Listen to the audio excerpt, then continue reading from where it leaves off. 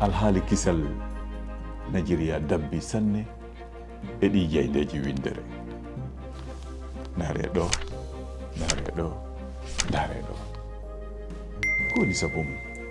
Ko konguɗi Donald Trump ɗi o wi'i wonde nasarankoɓe Nigeria no e caɗele mawɗe, hiɓe hulana, hiɓe ware, hiɓe ree. E bi'ol makko laamu Nigeria ala dartanade nasarankoɓe ndi leydi.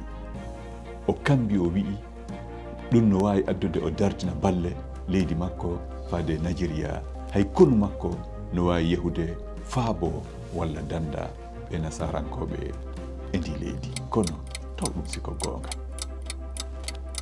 Koye o wakkati ɗo vidéo yaltinaɗo e caccude mum saka sanne e dow TikTok.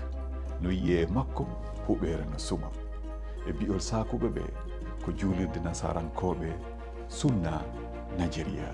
Kono wona goonga. Taw si ɗi konguɗi Donald Trump ko non woniri. Ko nde toɓɓere mi anni firtande on ka taskaran men wowɗo firto kumpita pene.